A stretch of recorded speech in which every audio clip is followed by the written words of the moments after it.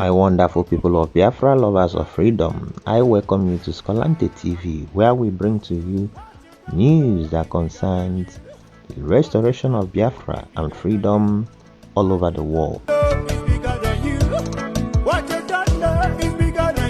In this video, I will be bringing to you one of the visits that the Prime Minister of the Biafran Republic government in exile and de facto government in homeland, in the name of Mazi Simon Ekpa, made to Australia via virtual. He led them to understand the diplomatic movement and the political movement that have been going on the highest level internationally, especially in the Congress of the United States of America. And many more of these will you hear from the PM himself. But before I dive into it, let me quickly welcome back to my channel those of you that have been following my videos, and if you're new, I welcome you and urge you to do well to click that like button, subscribe to my channel, press that bell icon so anytime I upload another video you will be notified.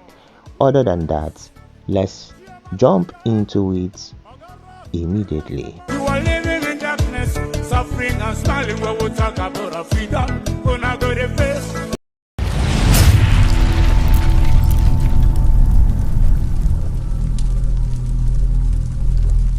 Good afternoon, my fellow Biafrans in Australia. Good afternoon, Biafrans all over the world that will be watching this later on, and those of you who have hooked live on different platforms. I welcome all of you this afternoon to the Australia tour. I am very, very happy and very glad that one of our brother who make a speech, a welcome speech before the Ambassador Iwunze touched 4 cardinal points. So it gives me joy that people are not just following shiftlessly the struggle and the liberation of Biafra, that they're actually taking note of the event and following the movement and the activities of the Biafra government with keen interest. It shows that we are not just doing things on our own, that people are actually taking records. I appreciate him for that. You know, when we talk about the multidimensional approach to our freedom, which has never been done since the history of Biafra, this is the very first time that the Biafra liberation and the struggle is being fought using multi-dimensional approach. And that's why within short period of time, we're able to record the kind of success that is mind-blowing to many people. They even say we are doing photoshopping. All the success that the government has recorded today, the criminals who have deceived Biafrans for 13 years thought that they were all fake. Because to them, that is exactly what they have done for the past 13 years. But in the just 2 years, we have been able to break doors, break camel backs, break many jinx to be where we are today. My fellow Biafrans, I want you to know the call for Biafra self-determination is deeply rooted in historical grievances and economic disparity, which has directly affected you and your children. It is not only that.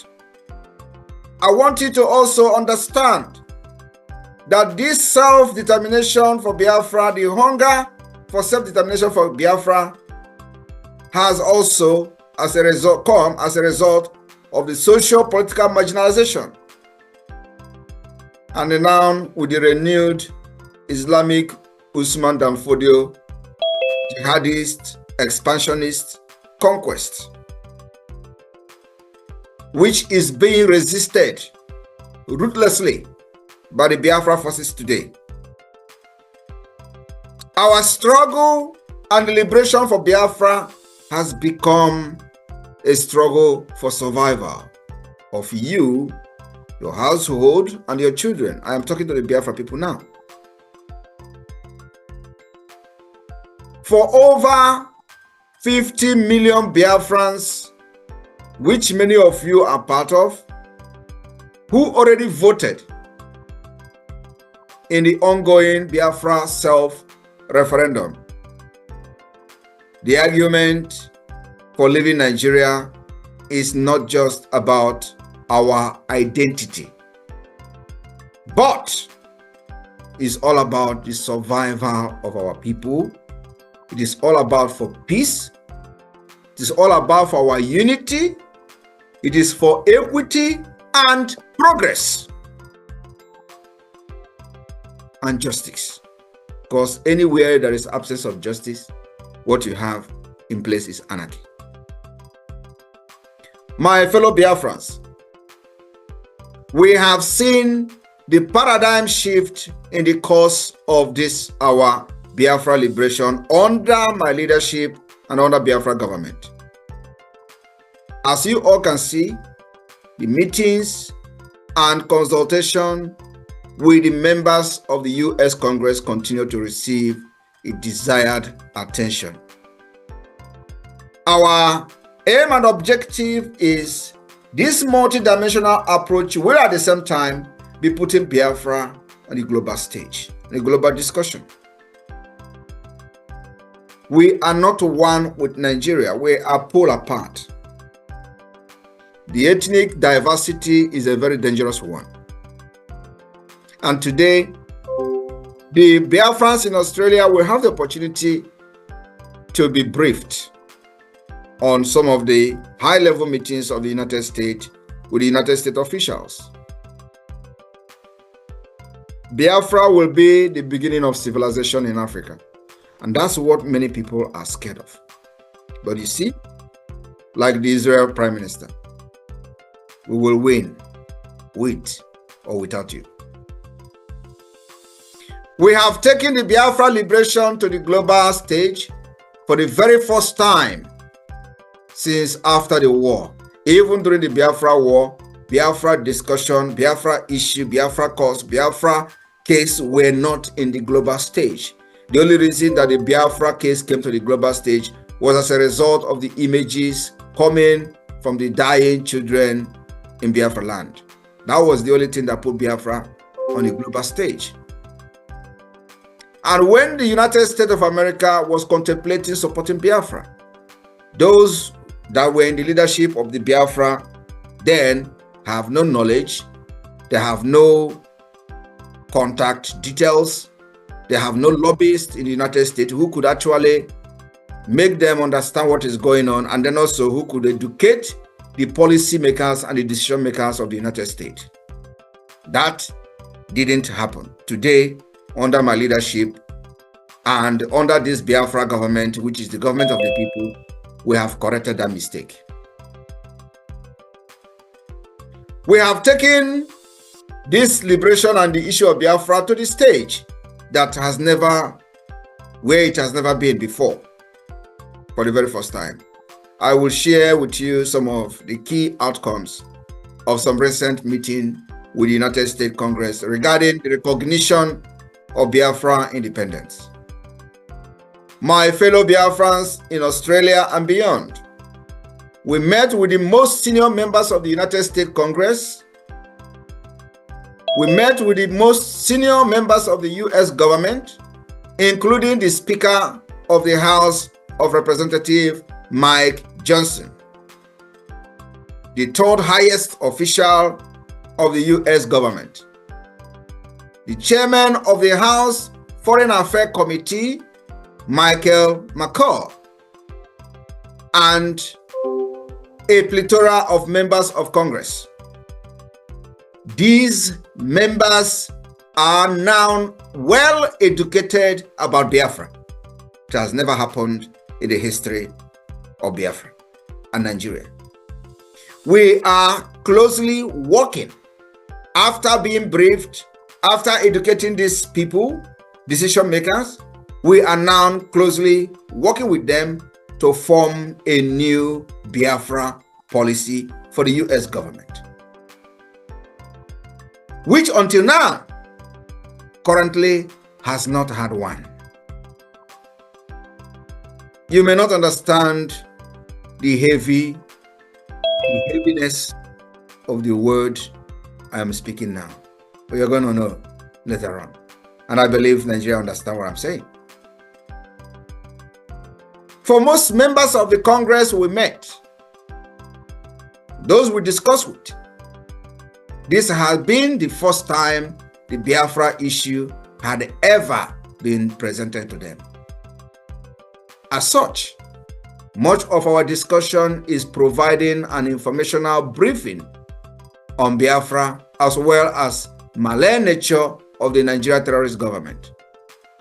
We also discuss our activities such as the self-referendum, which already recorded over 50 million votes, and the upcoming December 2nd declaration.